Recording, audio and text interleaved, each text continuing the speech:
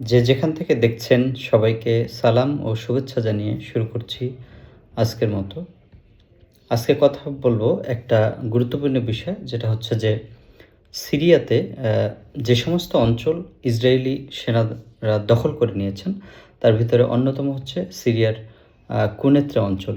এই কুনেত্রা অঞ্চলে একটি ইসরায়েলি বাহিনীর উপরে আজকে একটি হামলা করা হয়েছে এবং হামলার দাবি করেছে একটি প্রতিরোধকামী সংগঠন, যেটির নাম হচ্ছে সিরিয়ান ইসলামিক রেজিস্ট্যান্স। এটি মূলত এই সংগঠনটি আত্মপ্রকাশ করেছে আজকেই, এবং এটি মূলত ইরান ব্যাকড বা ইরানের সমর্থনপুষ্ট যে সিরিয়ান আলাউইদ শিয়াত গ্রুপগুলো রয়েছেন এবং সাবেক প্রেসিডেন্ট বাশার আল আসাদের যে বাহিনীগুলো রয়েছেন, তাদের মিলিয়ে যে গঠন করা হয়েছে এই বাহিনীটি।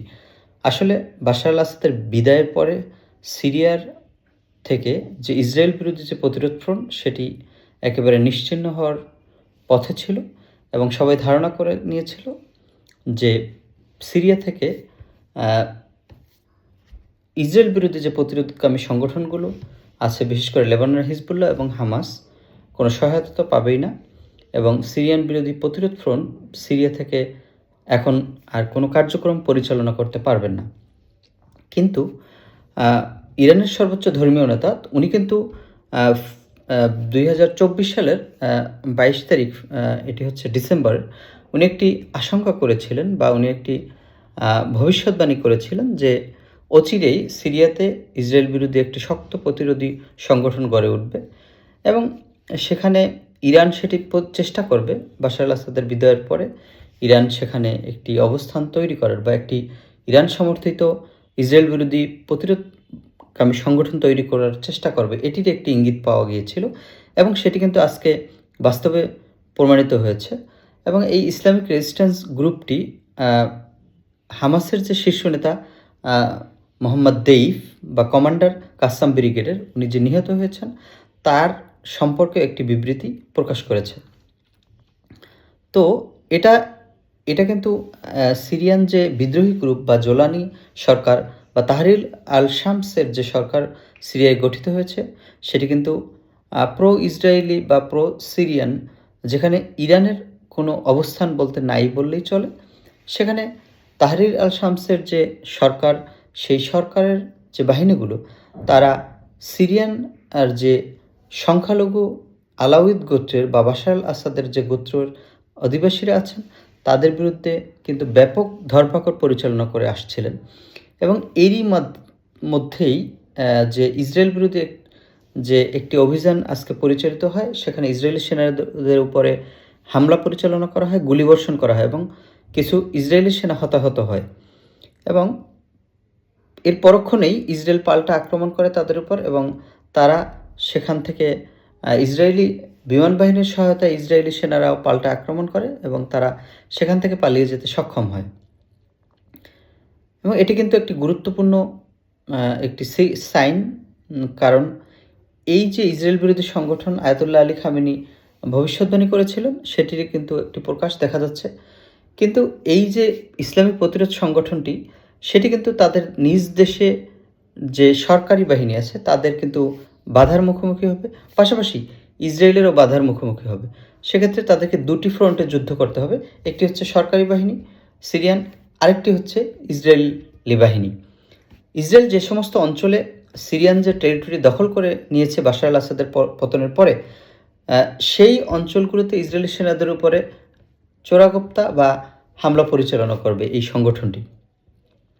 এবং পর্যায়ক্রমে এই সংগঠনটি হয়তো ইরাকের যে সীমান্ত, ইরাক এবং সিরিয়া সীমান্ত থেকে ইরাকের যে কাতাইব হিজবুল্লাহ বা ইরাকের যে মোবিলাইজেশন ফোর্সগুলো আছেন, সেই রেজিস্ট্যান্স ফোর্সের সাথে তাদের একটি কানেক্টিভিটি তৈরি হবে এবং তার মাধ্যমে ইরানি অস্ত্র তারা সিরিয়ান যে এই যে নতুন প্রতিরোধ ফ্রন্ট, তারা ইরাকের যে মিলিশিয়া গ্রুপগুলো আছেন তাদের মাধ্যমে একটি সহায়তা বা অস্ত্রের চালান পেতে পারেন।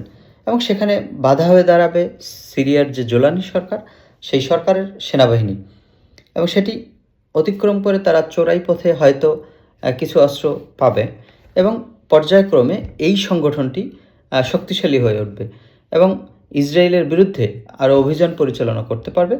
তো ভবিষ্যতে আমরা অপেক্ষায় আছি যে এই যে সিরিয়ান রেজিস্ট্যান্স গ্রুপটি কী পরিমাণ শক্তি অর্জন করতে পারে এবং ইসরায়েলের বিরুদ্ধে একটি শক্ত প্রতিরোধ অব্যাহত রাখতে পারে বা পরিচালনা করতে পারে।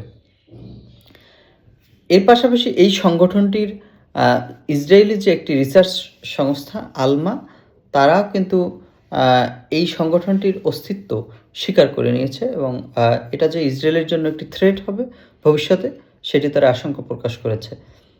তো এখানে একটি গুরুত্বপূর্ণ বিষয় হচ্ছে যে সিরিয়ান ইসলামিক রেজিস্ট্যান্স যে ফোর্স যেটি আজকে আত্মপ্রকাশ করলো, এই সংগঠনটি আসলে হামাস, হিজবুল্লাহ এবং ইয়েমেনের আনসারুল্লাহ এবং ইরাকের যে শিয়া মিলিশিয়া গ্রুপ আছে, এদের সাথে সমন্বয় করেই কিন্তু একটি সংগঠনে পরিণত হবে এবং ডে বাই ডে এটি হয়তো অদূর ভবিষ্যতে যেটি আমাদের দেখতে হতে পারে যে সিরিয়াতে তারা একটি গুরুত্বপূর্ণ ফোর্স হিসাবে আবির্ভূত হতে পারে এবং সেটি সরকারের যে বিভিন্ন বাহিনী তাদের সাথে নেগোসিয়েশনের মাধ্যমে দেখা যেতে পারে ভবিষ্যতে যে সিরিয়ান রাজনীতিতেও তারা একটি গুরুত্বপূর্ণ অবদান রাখতে পারেন, যেমনটি ইসরায়েল বিরোধী শক্তি যেমন হিজবুল্লাহ, তারা একটি গুরুত্বপূর্ণ লেবাননের রাজনৈতিক শক্তি এবং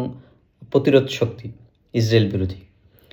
তেমনিভাবে কাতাইব হিজবুল্লাহ ইরাকের যে মোবিলাইজেশন ফোর্স বা বিভিন্ন প্রতিরোধকামী সংগঠনগুলো, তারাও কিন্তু হাসাদ আশ-শাবি, তারা কিন্তু ইরাকের একটি রাজনৈতিক সংগঠন, এর পাশাপাশি তারা কিন্তু ইসরায়েল বিরোধী প্রতিরোধ অক্ষের একটি বড় সংগঠন এবং আইএস বিরোধী একটি সংগঠন।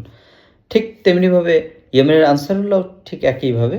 তো এই সিরিয়ান রেজিস্ট্যান্স ফ্রন্টটিও হয়তো অচিরেই শক্তিশালী হয়ে উঠবে, সেটি আমরা দেখার অপেক্ষায় রইলাম এবং আজকের মতো এখানেই বিদায় নিচ্ছি। পরবর্তী সময়ে আপনাদের সাথে অন্য কোনো বিষয় নিয়ে কথা বলবো।